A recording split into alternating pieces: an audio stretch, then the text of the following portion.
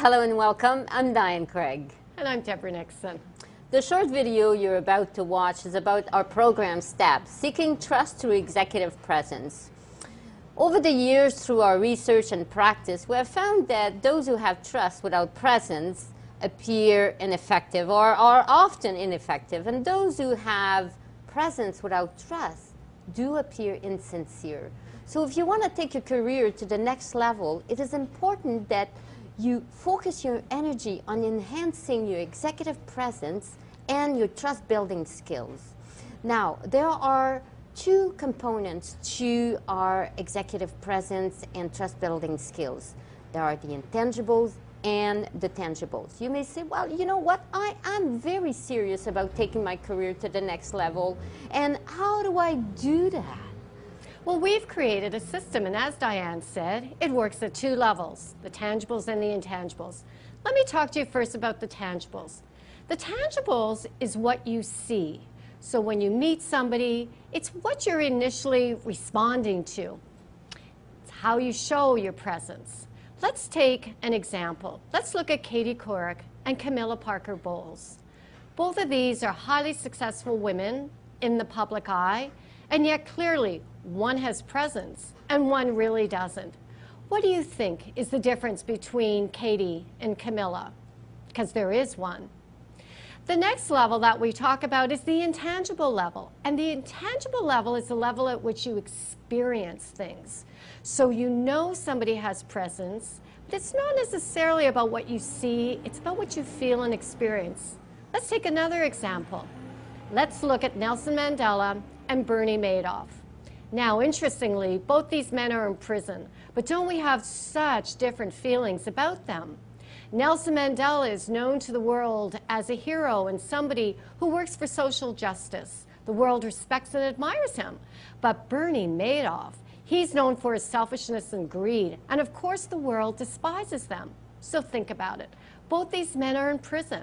One's reputation wasn't affected, and in fact, it was enhanced. Nelson was admired for his stoicism through staying in prison and fighting for his cause. Bernie Madoff's reputation was destroyed. So when you look at the tangible and the intangibles, you know, we're working at very different levels. Diane, why don't you provide more detail about the behaviors that we look for in this? Well, all right, so let's say I covered the tangibles of executive presence. Well, the tangibles is more about all that we see. So it is how you look, how you act, and how you interact. So let's begin with how you look. Of course, you know, your image is not a substitute for your credentials, but certainly it is the price of entry to so many places. Let's face it, if we see that our body is covered 95% with clothing and accessories, well, it's bound to say something about you. And you know, when we meet someone who's dressed appropriately, well-groomed, we feel a certain level of respect for who they're engaging with, and certainly it displays a self-confidence about them.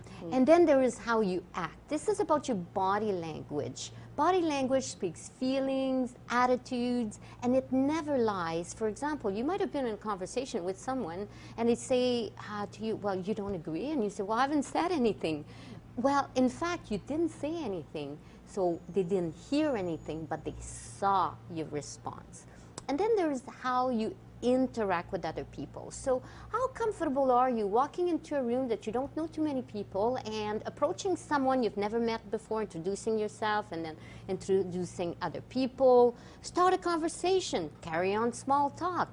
These are all of the tangible, the things that we see, that we recognize in somebody who's really confident when they're interacting with someone. And also, you have to remember, it's not only about you, it's about them. So how do you make them feel? Do they feel that when they're speaking that you are engaged and listening?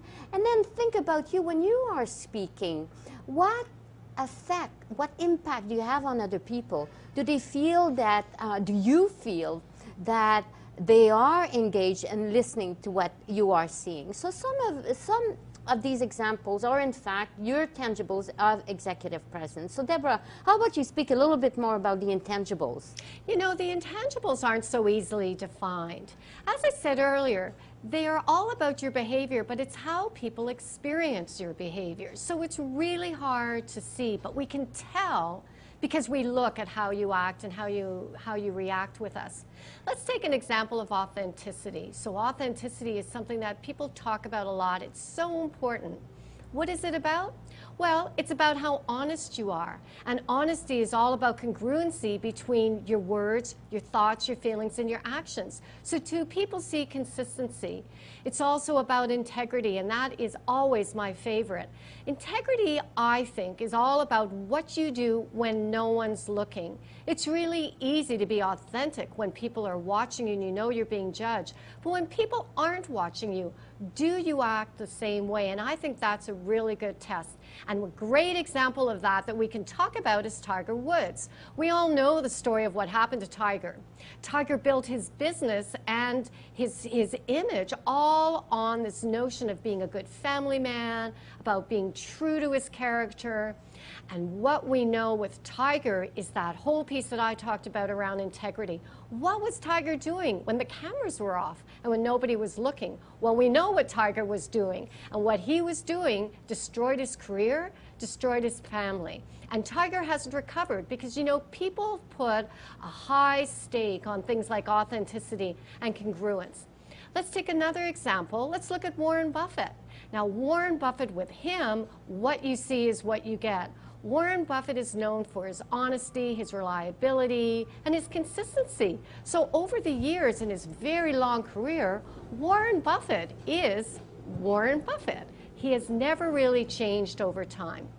So before we wrap this up, why don't we give you a few tips? And Diane, why don't you start and give the viewers some tips on what we're talking about? Yeah, so how about I give an example or a tip on something that is more tangible. So one of the questions I'm asked from clients often is, well, you know, I have to attend an event.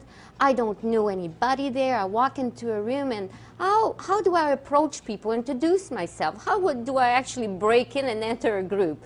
Well, here's my tips on that. So first of all, I would suggest that you prepare an introduction that is going to be pertinent to the event or the meeting you're about to attend. And then when you are walking into the room and you see someone catching your eye contact, immediately extend your hand, smile, introduce yourself. I would say, for example, hello, I'm Diane Craig, and this is actually the first time that I attend an event organized by Weiner and Smith, and I certainly didn't mean to interrupt, but I would very much like to meet you all tonight. And you know, the chances is on that they will welcome you into the group and carry on a conversation. And you also have to remember that you don't want to perhaps overstay your welcome, and you want to keep moving around and mingle and try again. So that's one tip on tangibles of executive presence. So Deborah, how about you share a tip on the intangibles of executive presence? You know, I am going to share a tip that might appear at first to be really little, but it's actually really important. And that tip is about little white lies. And you know what? We've all done them. We've all told a little white lie. We tell them because we're trying to protect somebody's feelings, or we figure, oh, it's no big deal, nobody's going to find out. You know, the problem is with the little white lie is it's never just a little white lie. A little white lie often becomes the elephant in the room. It's really hard to be authentic when you've told your little white lie because you spend so much of your energy trying not to get caught. So this whole thing that I talk about in terms of integrity and being authentic, it's very difficult to do when you tell little white lies. And if you've ever been the recipient of a little white lie and you catch that person out, how do you feel about it? Doesn't it disappoint you? Doesn't it make you feel that you maybe can't trust that person as much? So my advice to you is when you tell that little white lie or you're thinking about it, really think twice and wonder whether it's really necessary to do this, because you know there's always a consequence to that.